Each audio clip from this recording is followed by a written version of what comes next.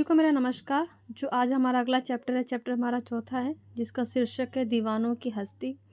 ये पद विधा में लिखी गई है, जिनके हमारे कवि हैं भगवती चरण वर्मा जी। तो इस कविता के माध्यम जो भगवती प्रसाद जी कहना चाहते हैं कि एक मस्त मौला और बेफिक्र व्यक्ति का स्वभाव दर्शाया है। और कवि के अनुसार ऐसे दीवानों और बेफिक्र व्यक्ति जहाँ भी जाते हैं वहाँ केवल खुशियाँ ही फैलाते हैं। उनका हर रूप मन में प्रसन्न कर देता है, फिर चाहे किसी की आंखों में आंसू ही क्यों ना हो। कभी भी एक जगह पर ज़्यादा समय तक नहीं टिकते वे, तो संसार को कुछ मीठी प्यारी यादें और एहसास देकर अपने सफ़र पर निकल पड़ते हैं। कवि को लोग सांसारिक बंधनों से बंधे नहीं होते, इसलिए वे दुख और सुख दोनों को एक समान रूप से स्वीकार करते हैं। यही उनके हमेशा खुश रहने की प्रमुख वजह है। तो आइए हम पाठ के माध्यम से जानेंगे। तो यहाँ पे हम दीवानों की क्या हस्ती है, आज यहाँ कल वहाँ चले, मस्ती का आलम साथ चला, हम धूल उड़ाते जहाँ चले। जिसमें आप देखेंगे तो यहाँ पर हम दीवानों की क्या हस्ती, हस्ती मतलब अस्तित्व और आलम मतलब होता है दुनिया। तो इसमें कवि कहना चाहता है कि हमें मतलब किसी प्रकार की मतलब हमारे मतलब ऐसे कोई अस्तित्व नहीं कि जिसका हम क्या घमंड करें, इसलिए वो घमंड में नहीं रहते। वो तो बहुत बड़े आदमी हैं या नहीं है, उन्हें किसी चीज़ की कमी का कोई मलाल नहीं है।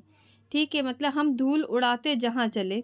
कभी खुद भी एक दीवानों का और बस अपनी मस्ती में मस्त रहते, जिनकी मस्ती और खुशी के आगे गम टिक नहीं पाता। वो क्या गम टिक नहीं पाता, वो क्या गम को क्या करते, धूल को धूल की तरह उड़ाते हुए चलते हैं।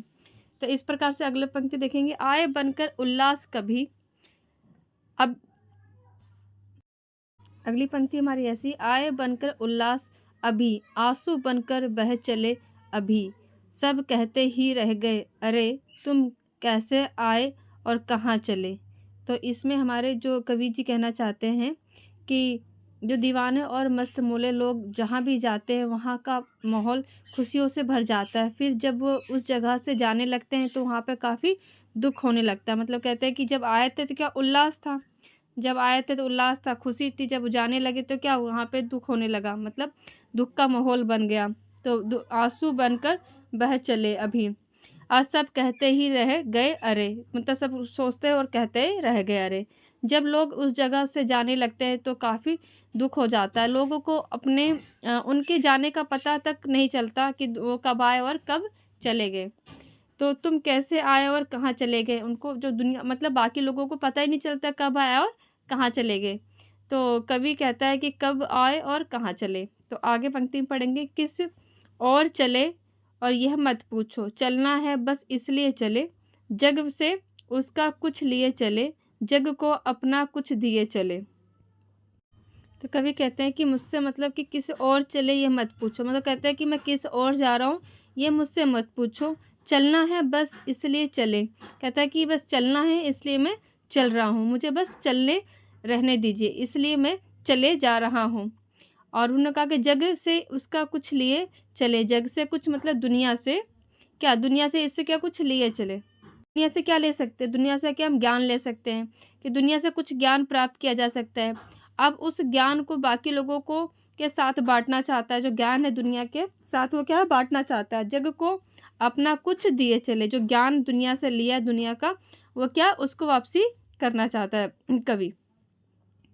तो दो बात यहीं की, दो बात सुनी, कुछ हंसे और फिर कुछ रोए, झक कर सुख दुख के घूंटों को हम एक भाव से पिए चले।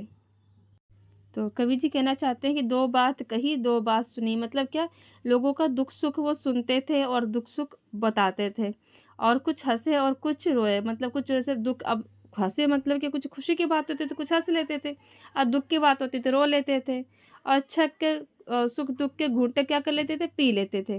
जो दुख तकलीफ क्या होता था वो दुख दोनों भावनाओं को क्या एक समान वो पी लेते थे, इसलिए वो दोनों परिस्थितियों को शांत रह के सहन कर लेते थे। क्या कर लेते थे, शांत रह के सहन, हम एक भाव से पी लेते थे, मतलब क्या दोनों दुख है सुख हो क्या एक ही भाव को साथ में पी लेते थे, मतलब वो सहन कर लेते थे। तो आगे देखेंगे, यहाँ अगला पंक्ति पढ़ेंगे, हम भिखमंगों की दुनिया में स्वच्छंद लुटाकर प्यार चले, हम एक निशानी इसी उर पर ले असफलता का भार चले। मतलब कवि कहना चाहता है कि जो दुनिया है, दुनिया हमेशा कुछ ना कुछ मांगती रहती है, तो इसलिए वो भिखमंगों की दुनिया बता रही है कि स्वच्छंद लुटाकर प्यार चले। स्वच्छंद मतलब होता है कि अपनी इच्छा के अनुसार चलने वाला। तो क्या वो अपनी इच्छा से क्या करता है, दुनिया में प्यार लुटाता है। दुनिया में क्या करता है, वो प्यार लुटाता है। और बिना शर्त के, वो बिना किसी शर्त के वो क्या करता है, अपना जो अनमोल प्यार लुटाता है दुनिया पर।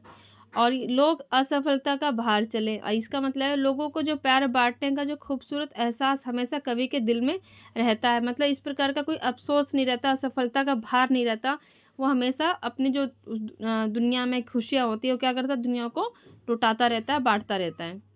जो अगले पंक्ति हमारा, अब अपना है और पराया क्या, आबाद रहे रुकने वाले। हम स्वयं बंधे थे और स्वयं हम अपने बंधन तोड़ चले। तो इसमें कवि कहना चाहते हैं कि जो दीवानों की हस्ती कवि कहते हैं कि मुझसे मत पूछो कहाँ जा रहा हूँ। मतलब कहता है कि मुझसे मत पूछो,